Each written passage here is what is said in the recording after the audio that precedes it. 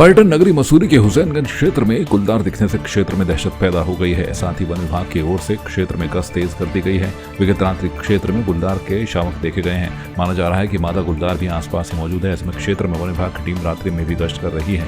Mussoorie one प्रभाग के deputy ranger Jagjivan लाल ने बताया कि सूचना मिली है कि हुसैनगंज क्षेत्र में 2 गुलदार के शावक देखे गए हैं। देखिए, हमें सूचना मिली है कि हुसैनगंज में 2 बाघ के बच्चे देखे गए। तो उसके बाद हम लोग वहाँ पर लगातार गश्त कर रहे हैं और देख रहे हैं। और संभवतः मुझे लगता है कि ये मतलब बाघ के साथ रहे होंगे। गुलदार के बच्चे हैं, वो गुलदार के साथ रहे होंगे। उनकी माँ शायद उनसे बिछुड़ गई है या किसी कारण वो जंगल से बस्ती की ओर आ गए। और अभी जो है कि मतलब ऐसी कोई खबर नहीं है वहाँ पे कि वो बस्ती में हैं। तो निश्चित हम लगातार गश्त कर रहे हैं और गश्त को बढ़ाएंगे। गंगोली हाट की जीआईसी मैदान में चल रहे 3 दिवसीय महाकाली महोत्सव का रंगारंग सांस्कृतिक कार्यक्रमों के साथ समापन हो गया है। समापन के मौके पर लोक गायिका माया उपाध्याय, पंजाबी गायक सीडीएस भट्टी, पन्नू गोसाई, विनोद आर्य और मशकबीन दिल्ली की टीम के साथ अभिनेत्री श्वेता महारा ने भी महोत्सव में प्रस्तुति दी। महोत्सव को देखने बड़ी संख्या में लोग पहुंचे। महोत्सव समिति की सचिव श्वेता महारा ने बताया कि 3 दिन तक चले इस महोत्सव में लोगों को कुमाऊनी गढ़वाली के साथ ही देश की संस्कृति देखने को मिली। प्रणाम, नमस्कार पैलाग। और महाकाली महोत्सव का आज दूसरा सीज़न था और बहुत अमेजिंग रहा। लोगों ने बहुत सहयोग किया और मशकबीन स्टार्स नाइट हुई है। मशकबीन स्टूडियो का मैं दिल से शुक्रिया अदा करना चाहती हूँ कि इतने सारे कलाकार यानी कि उत्तराखंड के बेस्ट सुपरस्टार्स जो थे वो सभी हमारे शो में आए और हमारे शो को बहुत बड़ा बनाया गया। साथ ही साथ जीडीडी स्टूडियो यानी कि मेरा जो डांस स्टूडियो हुआ उसकी तरफ से फैशन शो ऑर्गेनाइज़ किया गया लड़कियों के लिए, ताकि उनका कॉन्फिडेंस बिल्डअप हो और वो अपनी लाइफ में कॉन्फिडेंटली काम कर पाएँ। मिस गंगोली हाट 2023 और मिस पिथौरागढ़ आइकन 2023 दोनों हुआ और दोनों के विनर्स भी रहे और बहुत टैलेंटेड, बहुत अच्छा। साथ ही साथ दिल्ली से और ना जाने अलग अलग जगह से बहुत सारे कलाकार आए जिन्होंने इसमें भाग लिया और हमारी जो गंगोली हाट की ऑडियंस है उनको बहुत एंटरटेन करा। तो सभी का मैं दिल से शुक्रिया अदा करना चाहती हूँ।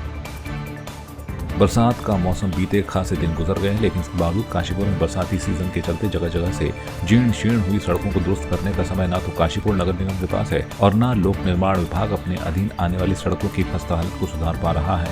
इसके लिए क्षेत्र की संस्था काशीपुर डेवलपमेंट फार्म ने नगर निगम काशीपुर और लोक निर्माण विभाग काशीपुर के अधिकारियों से बातचीत कर शीघ्र सड़कों रिपेयरिंग का काम करने और खस्ताहाल सड़कों को दुरुस्त करने की मांग की है।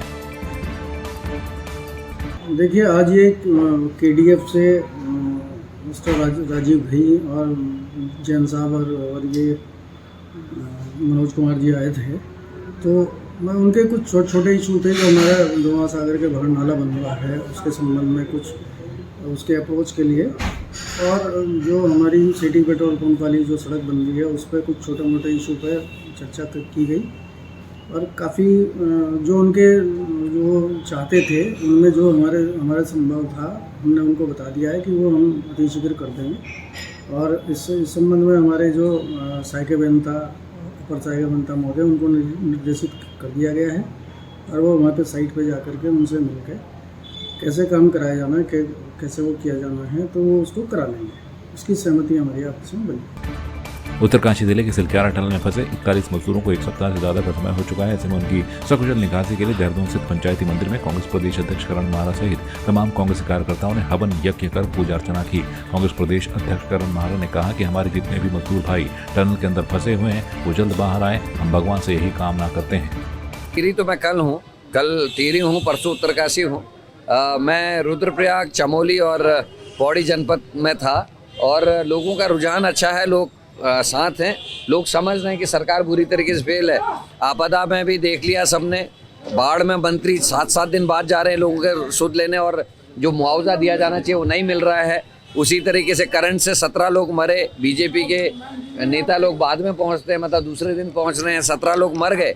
जब एक मरा तब उसकी सुध नहीं ली गई। उसके बाद 40 से ज़्यादा लोग चट्टान गिरने से मरे। उसके बहुत सारी ऐसी कमियाँ हैं, पेपर लीक, पटवारी पेपर लीक, SSC भर्ती घोटाला, सारी ऐसे कारण हैं जिसकी वजह से जनता अब कांग्रेस से जुड़ना चाह रही है। वो विकल्प चाह रही है बीजेपी का और वो जानते हैं कि बीजेपी ने उत्तराखंड राज्य को रसातल में धकेल दिया है, इसलिए जनता का रुझान ज़्यादा मिल रहा है। पूर्व मुख्यमंत्री हरीश रावत की तबीयत बिगड़ने पर उन्हें देहरादून के मैक्स अस्पताल में भर्ती कराया गया है। उनकी स्थिति सामान्य है, पेट में दर्द और उल्टी की शिकायत बताई जा रही है। वहीं उनके अस्पताल में भर्ती होने की खबर के बाद कांग्रेस अध्यक्ष करण माहरा उनसे मिलने पहुंचे। उत्तरकाशी सलक्यारा टनल में फंसे 41 मजदूरों को सुरक्षित निकालने को लेकर केंद्र और राज्य सरकार भी हर मोर्चे पर रेस्क्यू अभियान चला रही है। इंटर के प्रदेश अध्यक्ष हीरा सिंह बिष्ट ने बताया कि टनल में फंसे लोगों को निकालने को लेकर सरकार गंभीरता से कार्य नहीं कर रही है। टनल में मजदूरों को फंसे हुए कई दिन हो गए हैं, लेकिन इस पर सरकार गंभीरता से कार्य नहीं कर रही है। हाँ, उत्तरकाशी में हमारे जो 40 मजदूर खान में फंसे हैं, सुरंग में फंसे हैं, और सरकार भी उसमें कोई गंभीरता नहीं दिखाई दे रही। कोई मशीनें मंगाई हैं तो 4 दिन से वो भी बाहर खड़ी, उनको उपयोग नहीं हो रहा। उन मजदूरों को मरने के लिए छोड़ दिया गया है। इसमें दोष जितना सरकार का, कंपनी का भी है, जिस कंपनी को दिया गया।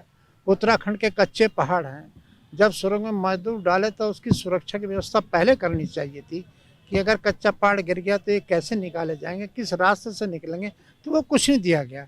तो उत्तराखंड दोहन के लिए सरकार भी गंभीर नहीं है, लग नहीं रहा कि सरकार गंभीर है, क्योंकि हेलीकॉप्टर मुख्यमंत्री का दिल्ली, यहाँ गुजरात, राजस्थान, बॉम्बे सब जगह घूम रहा है, लेकिन उनकी चिंता किसी को नहीं। दुखद अध्याय है। अब उत्तराखंड के मजदूरों के लिए, जो हमारे भविष्य को सुधारने के लिए वहाँ पर जान जोखिम में डाल करके सुरंग में काम कर रहे, क्यों नहीं कंपनी ने सारी व्यवस्थाएं की? अगर ऐसा हो जाएगा तो कच्चे पहाड़ गिरेगा तो क्या है, क्यों ना अध्ययन किया?